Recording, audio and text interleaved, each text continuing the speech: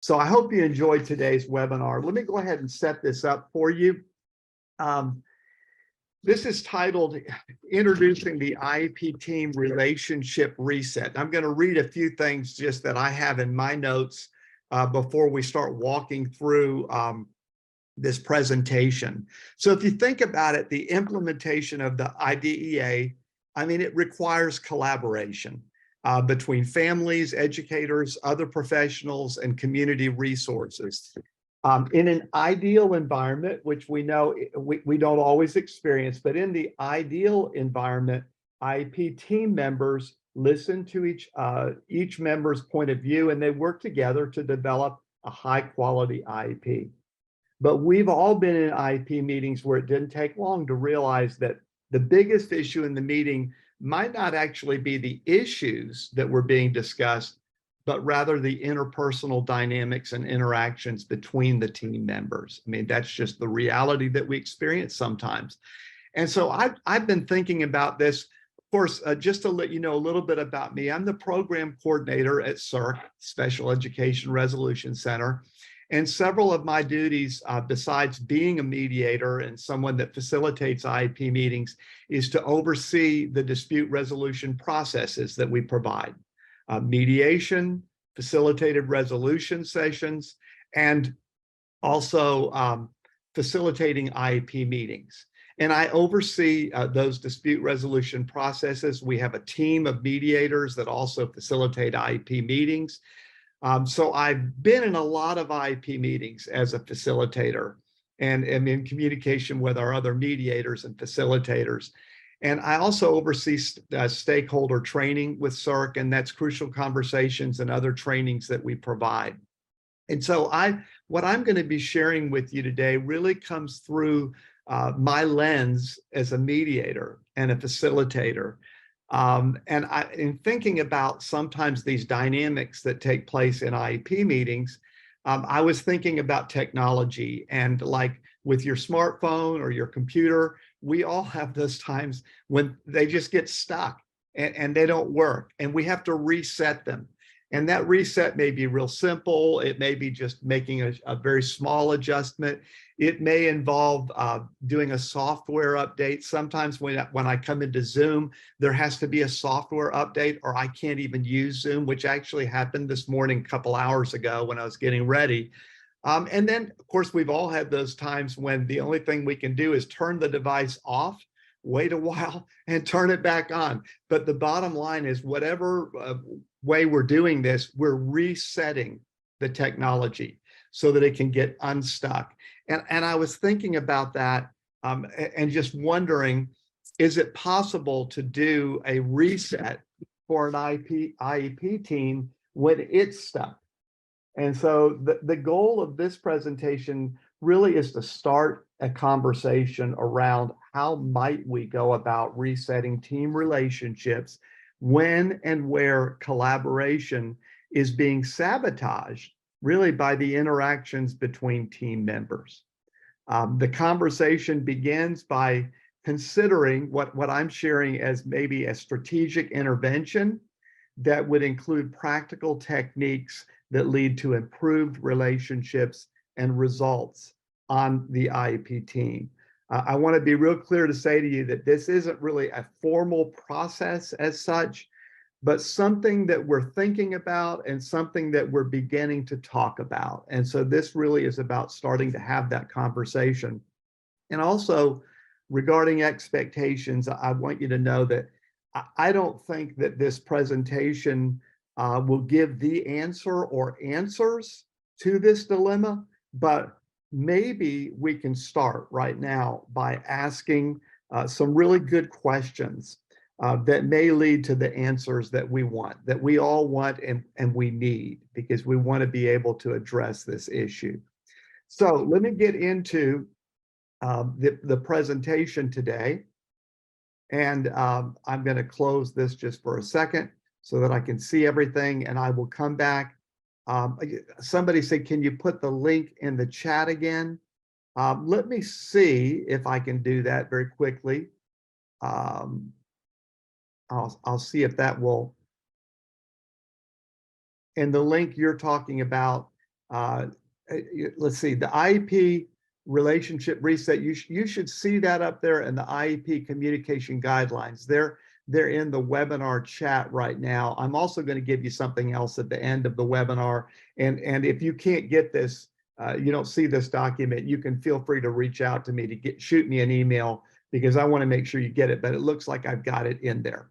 So introducing the IEP Team Relationship Reset, and we're starting a conversation around what to do when the issues are not the main issue. Let me get back into this presentation again. Okay, so here are the objectives that I have, just three. I want to briefly describe the concept and goals of an IEP Team Relationship Reset. And then to understand some of the signs to look for that would suggest that, hey, this is a team that may need a relationship reset. And then we want to identify some useful tools, techniques, and strategies that we might use in implementing this reset, at least to get this conversation started. So what is an IEP Team Relationship Reset? I have a brief definition. The IEP Team Relationship Reset is intended to be a proactive, intentional, strategic intervention designed to restore a more positive interaction among team members, with the goal of improving communication and increasing collaboration so that we can get the results that we want and we need. Let's just break this down for a moment. So proactive versus reactive. So we're not just waiting for bad things to happen, but we're looking at this and trying to be proactive about it. Intentional is important because one thing I definitely believe is that it doesn't just happen on its own. It doesn't happen automatically. There really are some interventions that are needed. Strategic means that we need to have a plan of action. It may be incomplete right now, but we need to start thinking about that. Intervention is that someone must initiate. And the good thing about this is really anyone on the team can initiate these techniques and tools and strategies that I'm going to mention to you. It doesn't just have to be the facilitator. Like if I was coming in as one of our mediators and coming in to facilitate an IEP team meeting, the parents and the school have both agreed to use a third-party facilitator. I could use these, but also someone from the school could use these. A parent that understands these kinds of interventions could use these. So anyone on the team could do this, but somebody has to initiate them. The goals, again, really are in the last 3 points here. A positive interaction. We're trying to move things from more of a negative to more positive kind of focus on the team. Improving communication. So, and we're going to talk more about this, but communication that actually leads to greater understanding, and then increasing collaboration. So it's not just communication for communication's sake, but communication that really can help the team work together as a team, hopefully reach consensus so that they can get the results that the team wants and the team really needs. Now, a couple things, or one thing I want to mention to you, these last 2 points that I mentioned, improving communication and increasing collaboration, those words improving and increasing are important, because it doesn't mean that using these techniques and tools and strategies and the things that we're going to start to talk about today will necessarily fix everything and there'll be no contention, everything will be really smooth, but that there will be improved communication and better increased collaboration. I just left a workshop a few minutes ago, or a couple hours ago, and it was an attorney was doing this workshop on looking at some strategies that he thought would be helpful to deal with contentious IEP team meetings. And one of the things he said in his point, it's very similar to what I'm sharing right now, is that it may not make everything comfortable, but less uncomfortable. So we're moving, in other words, we're moving in the right direction. That's the goal here. So I want to start off by thinking about when would it be time for an IEP team reset. So these are what I would think of maybe as some early indicators. And I'm sure that these will resonate with many of you, but some things would be like when it seems like the team is constantly stuck and just can't move forward with making decisions. They're going round and round, arguing back and forth, never really able to get to making decisions together. Or when all the focus and energy is on the adults in the room, maybe in the actual IEP team meeting or on the adults, instead of on the student that's being served, because the real focus of the IEP team needs to be on the student and his or her educational needs. It might be when participants, this is an important one, when participants feel like they aren't being heard and they're not really a real part of the team. And of course, one of the requirements and goals that we have is that parents would experience what is called meaningful participation. And that starts off with being heard. Their thoughts, their ideas, their suggestions, their proposals are heard and seriously considered. They're not always agreed with, but they're heard and discussed and explored. But when anyone feels like they're not really heard, everyone wants to be heard and needs to be heard. And when that's an issue, that can really be a sign that there needs to be a relationship reset. A few others would be when the parents maybe don't think that the district members really care about the student.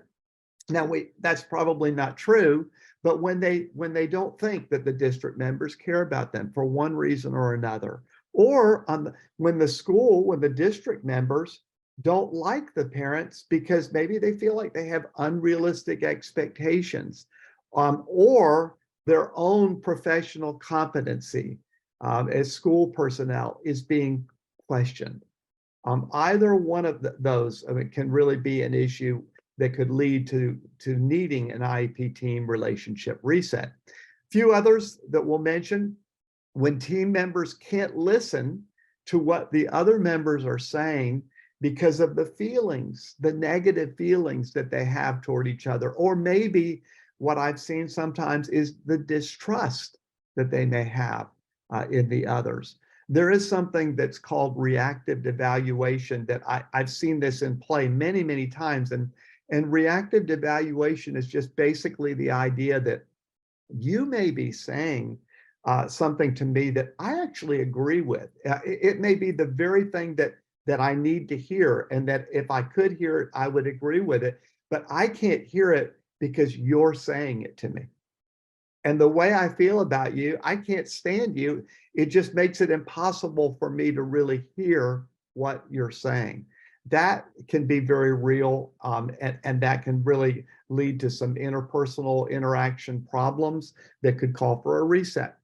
Few others would be when the conversation is all in the rear view mirror. We're just looking back at the past. We're stuck in the past at what happened 3 months ago, a year ago. It could be years ago, but we're just stuck in the past. Or when there's an elephant in the room, yet no one will address the real issue or the real issues that need to come out, so they can be explored and be able to lead to collaboration.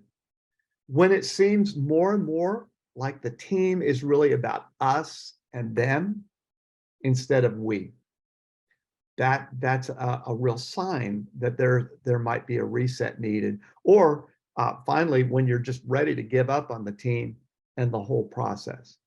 And there could be more, but I think that you've probably seen some of these, and these could be some early indicators that there's a reset that needs to happen here with the team. So I love this picture, and I love this acronym of team. When you think about an IEP team, together engaging in a mission. And that mission is focused on the student and his or her educational needs. And that's why the IEP team is meeting. But we are together engaging in this mission. And this reset is wanting to get that together part really happening. I also like this quote that I'll just share with you by Henry Ford. Coming together is a beginning. So when the IEP team comes together, okay, and has a meeting, that's a beginning. Keeping together is progress, and that's good. But working together, collaboration, that's success. And that's the real aim that we have together. So let's think about what might an IEP team reset look like. And I'm going to be sharing this and just introducing this today through the framework of maybe some useful tools, techniques, and strategies that could be used to bring about a reset. And we'll just start walking through these together. You'll have all of these in your PDF. The first one I just mentioned would be offering an apology when an apology is needed. Now, apologies are not always needed, but if either the school or the parents realized that there's something here that was done that was really not right, it was not correct, then it might be appropriate to say, we messed this up, but we have corrected this. So an apology when we know we've done something wrong, or when we know maybe that we've said something that really disrespected someone else, it might be then at that point useful to say, I'm sorry, I really didn't mean to say that. That's not the way I feel. That wasn't appropriate. Something that I've noticed is that I know it can be difficult. Apologies aren't always needed. I mean, let me say that up front. I'm giving this one first. But sometimes I've found that, it might be difficult to make an apology. And I think this could be true for schools and parents, but I'll just say for schools, it might be difficult to make an apology because the idea we have is that if we make an apology, we are making an admission of guilt. And an apology doesn't necessarily, I mentioned when we said something that disrespected that person, that's just a straight up an apology. Or we know that we did something wrong, we didn't follow the procedures correctly. That could be called for just a straight up apology.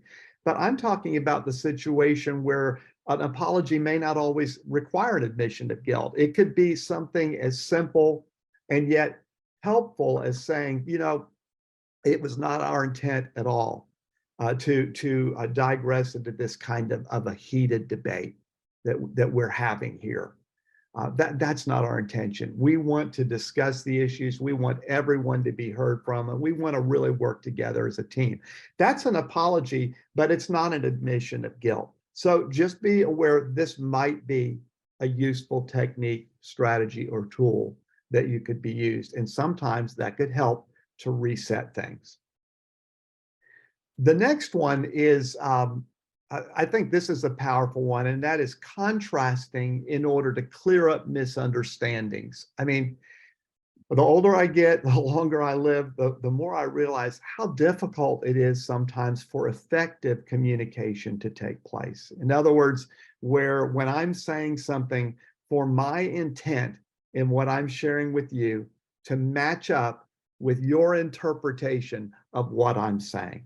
For those two things to match up, that's what's required for communication to be effective. But it's so easy for misunderstandings to take place. They don't necessarily mean that anyone was at fault, just it's easy for misunderstandings to happen. And the thing I want to just kind of underscore here is that it's really important whenever we see any member on the team sees that a misunderstanding may be happening right here, it's very important that we address that misunderstanding and we clear it up. Because if we don't, we may just think, oh, it's just down there, it's no big deal, and we just push on. There's going to be a problem because that's ultimately, that misunderstanding is going to bubble up, and misunderstandings that aren't corrected lead to hurt feelings. And then that just becomes part of the feedback of communication that goes on and on. Hurt feelings lead to more hurt feelings. So we've got to clear up misunderstandings. Let me give you an example of this don't do statement. And this really comes from the Crucial Conversations training that we provide with the Special Education Resolution Center. And it involves a don't do statement. And it has a first half and then a second half of the statement. And it's a very short kind of statement, but the don't side is just simply saying, I didn't intend to say this or communicate this. I do want you to realize this. It's very short. And the thing about it is, what I realize is, even though I'm sharing this as a skill or a technique, and it's something that we take a lot of times in crucial conversation to teach, and the participants practice it and they actually apply it to crucial conversations they're going to have. I think I can kind of give you the gist of it right here. And that is to know that even though in crucial conversations we share this as a skill that you practice, you work on, and you implement, the truth is we do this all the time in our life, in our professional life, and in our personal life, but without ever recognizing it as a skill, without ever really thinking about it. We just, clear up communications. And I'll give you an example. My wife and I recently, we were having a conversation. We live in Edmond, and we like to get away every few weekends for a day or two, and we like to go to Tulsa. And we were talking about a trip that was going to be coming up, I think, the next weekend, getting away and what we were going to do. And I had said something to the effect that, well, I wonder about, maybe going on this date, a different date, a later date. It was like a week or 2 weeks later. And before I had any chance to say much more, I could tell just by looking at my wife's expression and her body language. She really didn't say a lot, but I could tell that there was a real misunderstanding that was happening, because she was actually thinking that I didn't want to go, that time away really maybe wasn't important to me. And it was a little bit offensive to her. And when I noticed that happening, I wasn't thinking anything about crucial conversations or this skill, but I just found myself saying, "Oh, listen, I'm not intending to say that I don't want to get away and that I don't want to spend time with you. I absolutely do. I was just wondering whether next weekend would maybe be a better time with our schedule so that we could really enjoy that time." And then I listened to her response, and I could see that cleared up that misunderstanding. So the first part of that, the don't side, really addresses where the person may be misunderstanding what you're saying. I'm not intending to say that I don't want to go on this trip. I absolutely do. The second part of the statement says what you really do want them. What I was trying to say is, I think there might be a better time that the two of us could really enjoy our time together. So I'm saying to you today in this webinar that we actually do this all the time, but I'd like you to consider thinking about using these kinds of very simple don't do statements to clear up misunderstandings that when you see them take place in the IEP team meeting, and also just in your communication between school and parents between meetings. Make sure to clear these up. Don't let them stay underground, because otherwise they will bubble up. Another really important just concept and also strategy to think about is to maintain, or if it's kind of been lost, rebuild mutual respect.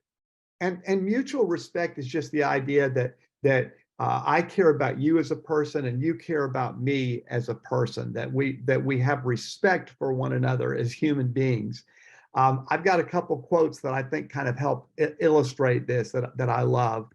One is by John Maxwell, that people don't care how much you know until they know how much you care. That's very simple, but that is very, very true. Now, the idea with an IEP team is that everyone on the team is an expert. The school personnel are experts in their different areas, and the parent is the expert regarding their children. We're all experts, but people don't care how much you know as an expert until they know how much you care. So think about that. And then this is powerful. Everyone longs to be heard. And that's why really listening to others may be the greatest way we demonstrate that we care. If we want to the way you demonstrate that you care about me or that you respect me, I can tell that by watching the way that you pay attention to and you truly listen to me. And that goes both ways. And so it's really important. And one of the things that I've learned about conflict as a mediator and as a facilitator is that sometimes what really drives the conflict and keeps parties in conflict is that one or maybe more parties just feel like they haven't been heard. They really haven't been heard. And it's very important that every person, and the word, like the key word there is feel. They feel like they haven't been heard. And so we want to consider that. And then finally, this is my favorite quote about respect, and it's from Crucial Conversations, but it's respect is like air. You don't notice it until it's not there, and then it's all that you notice. So when respect is there and it's not been lost, well, it's you don't really think about it, you don't notice it. But when there's a sense that a party doesn't feel that respect, then it's all that they're aware of, and it absolutely gets into every part of communication and just really can hinder collaboration. So we want to make sure that we are that mutual respect is there. And if it's not, that it's rebuilt. And we'll talk a little bit more about that later. Another one is that reframing, something that can be done, is to reframe in order to shift the focus from being on the adults to being on the student that we're serving. This is a really important one. Sometimes the discussions get really caught up about the adults. Now, in IEP team meetings, we may need to talk about the adults that are involved in providing the education to the student. I mean, that may be totally appropriate. But when the focus totally gets on the adults and not on the student, that becomes a problem.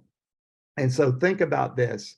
And actually, well, I'll mention this in just a moment. There's a few of these that I think kind of combine together and relate to some communication guidelines that we're using now at the beginning of IEP team meetings. So shifting the focus, and that involves reframing. It's where we've been talking about the adults, and we shift things and reframe to focus on, center on the student. And very much like that, there's another area of reframing that anyone on the team can do. And that is when everything gets stuck in the past. When we're talking about what happened last year, or we're talking about what happened 3 months ago. Sometimes things that happened years ago, we're still stuck on those. But when we see that happening, we need to reframe that focus from being on the past to being on the future. And so I will actually say at the beginning of an IEP meeting, when I'm going over these communication guidelines, I'll say, that oftentimes there are things that have happened in the past that are very important. And some of those things may need to be addressed in this meeting. And that's whether it's an IEP team meeting or whether it's a mediation. But I'll say the real promise here, though, is to focus on the future. What do we want things to look like moving forward? That just totally changes the energy in the room when we can reframe and refocus on the future, what we want things to look like moving forward.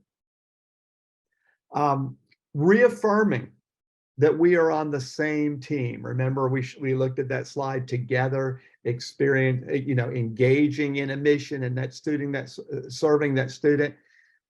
Well, one thing that I can see is sometimes when these hurt feelings are there, and sometimes the misunderstandings, they haven't been cleared up, and things have happened and words have been said, and we can get to the point where we're looking at other people on the team and we're really seeing them as adversaries instead of our allies on the same team.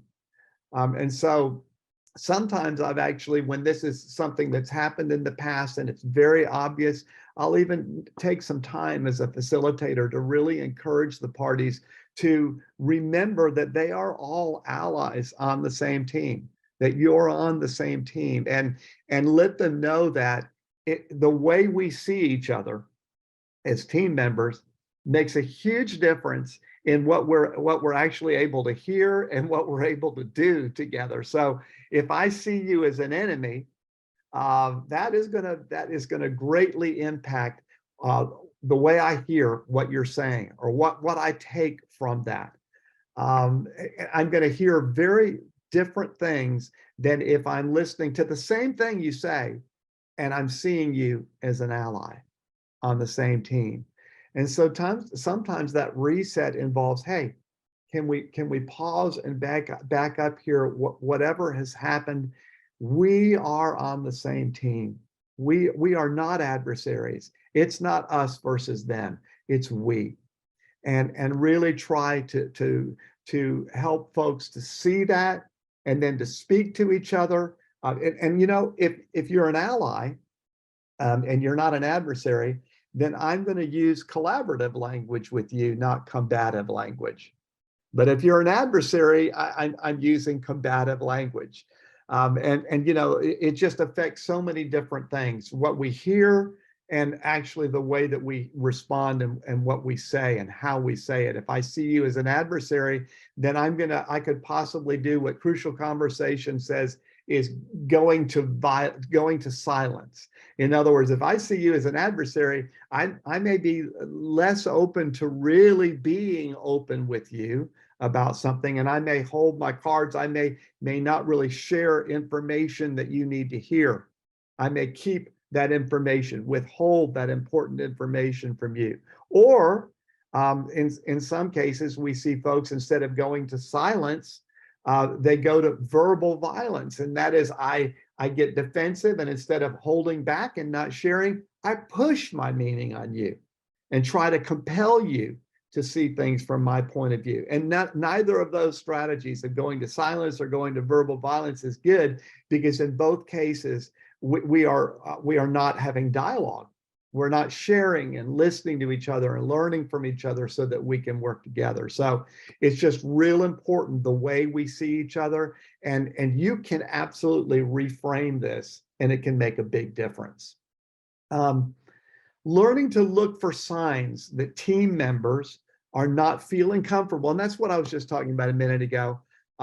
Just for whatever reason, some member of the team, and it might be a school personnel, it might be a parent, but they're not feeling comfortable sharing during meetings. And if we notice that, then we may need to rebuild safety. And what I mean by safety is not physical safety, but helping it make it more comfortable for folks to be able to share. And it may be taking a little bit of time to pause and step out of the issues we are talking about and just reaffirm that, listen, we want to hear from every single person. We want to hear your ideas. We want to hear your thoughts. We want to hear your proposals, and we want to explore those together. Sometimes folks need to be encouraged when they're holding back and not feeling comfortable to share, that what they have to share is important. So, and of course, if it's somebody that's going to verbal violence and pushing their meaning, then we want to let them know that we really are listening. That may be one of the reasons that they're pushing their meaning, is they may feel like they aren't being heard. We want to make sure that they do feel like they're being heard. And then we want to try to address, consider, discuss the issues related to what's being said. But it's just really important that we're always monitoring safety, monitoring the comfort level that all of the members of the team have in being able to bring their ideas, thoughts, suggestions, proposals to the table, because we want that from everyone. Let's see. Okay, before we actually talk about this communication plan, let me just mention to you, and I'm going to do a webinar in a few months, I think, on actually addressing these IEP team communication guidelines and some best practices maybe for using them. But I'm just going to share these with you right now within the context of thinking about trying to have some kind of an IEP team relationship reset. There are 5 simple communication guidelines that really are all about expectations regarding behavior during the IEP team meeting. And so I share these with and most of our mediators and facilitators do this at the beginning of a meeting. I also send these to the school and the parents prior to the meeting, but basically after I've gone over everything at the beginning of a meeting, I just let them know we have some very simple communication guidelines that we like to share that can really help the conversation go better in the meeting. And then I just share them with the team. And these are the 5 simple communication guidelines. The first one I'll say, I want you to know that everyone here is going to have an opportunity you will be heard today. We want to hear what you have to say. And so you'll have an opportunity to be heard. And in light of that, I would just ask you to let whoever's speaking finish their complete thought without interrupting each other, because that really can help the conversation go a lot better. So that's the first guideline. And then I'll say, another thing I want to encourage you to do is let's really try to keep the focus on the student. And not on the adults. And again, I'll say sometimes, there obviously adults are involved in the education of the student. We may need to talk about what different adults are doing, but the real focus here needs to be on the student and what his or her educational needs are, how we can best serve the student. So let's try to do that. Another thing is there may be things that have taken place in the past that are really important, and some of them may need to be addressed here, and we certainly can do that. But I want to encourage you, the real promise in this facilitated IEP meeting or in this IEP meeting is to think about and focus on the future. What do we want things to look like moving forward? That can make a real difference in our ability to work together as a team. So, those 3 are everyone will have an opportunity to be heard. So let's listen to all the way through and not interrupt. Let's keep the focus on the student, not on the adults. Let's keep the focus on the future and not on the past. And then I'll say, now, you are going to have an opportunity to share, as I said earlier. And I want to encourage you that whoever, when you are going to share anything, let's all try to share in a way that's both honest and respectful. And we actually can be both. We can be honest in what we say, and we can be respectful to those that we're sharing with. And I'll say the way I do this is when I have something to share, especially if I'm thinking that, it might be met with some resistance. There may be some that might disagree with what I have to say. There might be some pushback. It might just be something difficult to share. When I have something like that to say, I'm always thinking in the back of my mind, how can I share what I need to say in a way that makes it easier for others to hear, understand, and respond to me? And if you'll do that, that really can make a difference. That's the honest and respectful communication we want. And so, like with what I'm talking with you about in this webinar today, that would be for the school personnel to think about if they have something to share with the parent that might be difficult to hear. We know that there's really some opposing opinion there. We know there might be strong emotions, and obviously everything we're talking about is high stakes. So if I have that, I'm going to be thinking as that school personnel is how can I say this in a way that makes it easier, not easy necessarily, but easier for the parent to hear and understand and then be able to respond to me. And it's the same thing with the parent. And if the parent has learned these things and is thinking about what I'm sharing right now, the parent and or the advocate could think about how can I share this with the school, with the rest of the team? How can I share this thing that may be difficult to hear in a way that makes it easier for the school to hear, understand, and respond to? Just thinking that way makes a huge difference in what we say and actually in the way we say it, in the tone of voice and the body language. It just makes a big difference automatically. And then the last thing that I share is that last communication guideline. I'll say, maybe even more importantly than what any of us have to share, I'm going to encourage you to really listen to whoever is speaking today. And I'm going to say human nature is such that when we listen, oftentimes we're listening to come up with an answer. We're listening to build our case. We're listening to build our argument. I'm going to encourage you to go deeper and further than that and really try to listen with the goal of understanding what that person is saying and where they're coming from. Listening without judgment, just listening for understanding. And I'll say to the team or whoever I'm speaking with, what I find is if we do that, if we'll listen that way today, what that can do is that helps create an environment where solutions are much more, they appear much more readily. They can appear in that kind of environment and present themselves when we are listening in that way. And so at that point, I'll just ask the team, do those communication guidelines, are those reasonable to you?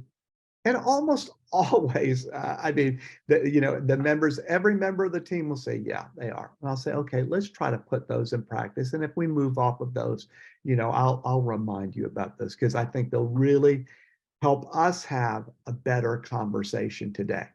So that's the way that I use those communication guidelines as a facilitator, but I'm sharing them with you today, and I'm going to include that handout in our resources on the webinar page, because I think that anyone could use those. And if we're mindful of those communication guidelines, and I don't call them ground rules because I just don't like that word, but communication guidelines or team expectations, when everybody sees those and everybody believes they're reasonable and we get buy-in on those, I see that make a big difference in the kind of communication that takes place in the meeting and hopefully in the collaboration that can happen. So that's how I use those just in the meeting. But this slide that we're looking at right here, I want you to think about it from another perspective. I've been talking about communication in the meeting, but this idea is, I think it's real important to develop a plan for better communication between the school and parents. And I'm not talking about in the meeting, I'm talking about in between meetings. Before the meeting ever happens, after the meeting has taken place. And I just find that this comes up so many times in IEP team meetings, and where I've seen the relationship reset needed. This isn't always the only issue, but sometimes I see what can really make a difference here is having a clear, better communication plan. We just need clear channels of communication. I was thinking about a while ago, you can't see behind me, I'm using my virtual background, but my hotel window is looking out on the harbor and it's looking out on the Mississippi River. And I'm seeing these barges come in and out, and I'm seeing tugboats and cruise ships. And of course, I love the water. I had a boat for years. And when I look at that water, I immediately look at the channel markers. There's a green marker and there's a red marker. And those channel markers are the markers that are there for the boats, the ships, to know that this is the safe zone to be able to navigate this water. If you stay inside these markers, you're not going to run aground. You're not going to have a shipwreck. You're not going to hit a sandbar.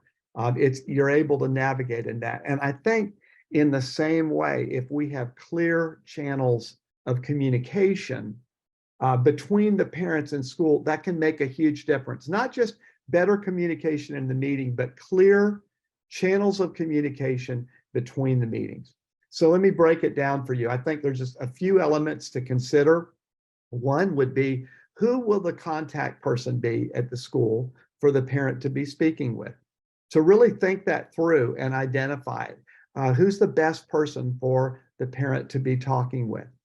The second thing would be, how often because what we're really talking about here is expectations. And when expectations are unfulfilled or they're wrongly understood, they're problems. So how often can we expect this communication to take place? Is it a daily communication? Is it weekly? How often and when should we expect this? And then the last part of that, just as important, would be what's the best way or the preferred means of this communication? Is it going to be email? Is it texting? Is it phone calls? Because if we will develop a communication plan that just addresses who the contact person is, how often and when communication should be expected, and also I guess you should say with that what kinds of things will we be communicating about? Is it regular progress? Is it an update of what's happened? Is it assignments that haven't been turned in? Is it behavior issues that maybe just might need to be addressed? But what is it that we're really going to be communicating about? How often? And then what's the best way, the best means, the chance that to have that communication. So I would encourage you to really think about that. When I see that that's an issue and I'm in a meeting, I'll a lot of times bring up and just see if that's something we can talk about that the team can discuss and come up with some answers to what I've just shared with you, because that can really help them moving forward. So develop a better plan, a better communication between the school and parents. Just a few more things. This is a good one, time for a break. So if a facilitator is present, the facilitator might call for a short break. Maybe a break is needed, and possibly meet separately with the school personnel or the parents and advocates. And sometimes even if there isn't a facilitator like myself coming in as a neutral third party, sometimes the parent and advocate may just need to take a break and meet for a little bit, or the school personnel may need to meet for a few minutes. But taking a break, whether or not the parties are going to meet individually or not, doesn't have to happen. Just sometimes a break can really make a difference to kind of gather our thoughts, cool things down a little bit. This is, this picture of the dog, with his head down in the ice, calling a cooling off period, maybe before reconvening the team, and possibly suggesting IEP facilitation for the next meeting. If things are really conflicted with the team, it might be that you would want to request, and either the school or the parent can request that a facilitator, a neutral third party, come and help facilitate that meeting. Both parties, the school and parent, have to agree. Either can request it, but just calling a cooling off period, maybe reconvening the team at another time, or possibly suggesting that IEP facilitation may be something that would help us. And if that's the case, please, reach out to us and let us know, because we provide those services. And in fact, as you know, we provide mediation. Mediation is required under IDEA. IEP facilitation is not, and yet, we are seeing in Oklahoma and really around the nation that it is being used, more and more, and being found to be very, very effective. And I would say that right now we probably are having 2-to-1 requests for IEP facilitation. We're doing twice the number of IEP facilitations than we are doing mediations right now.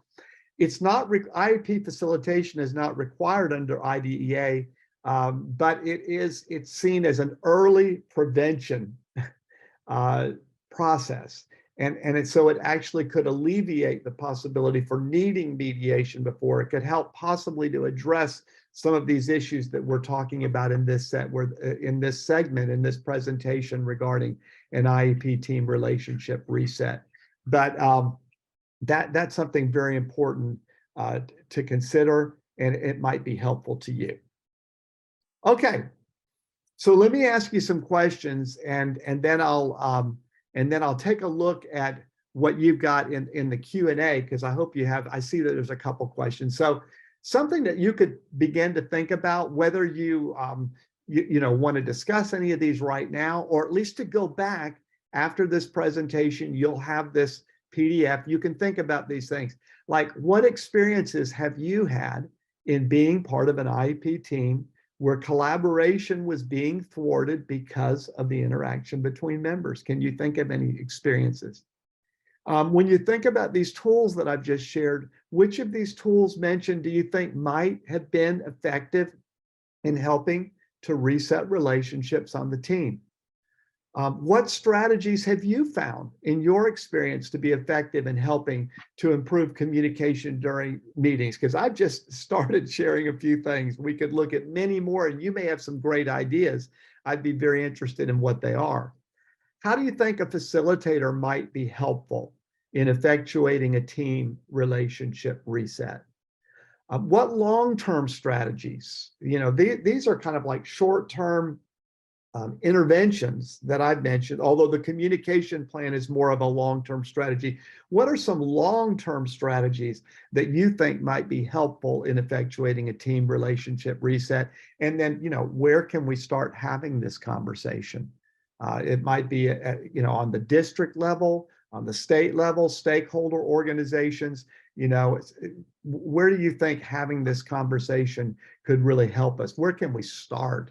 Is really the key question. Where can we start having that right now? So just some conversation starter questions.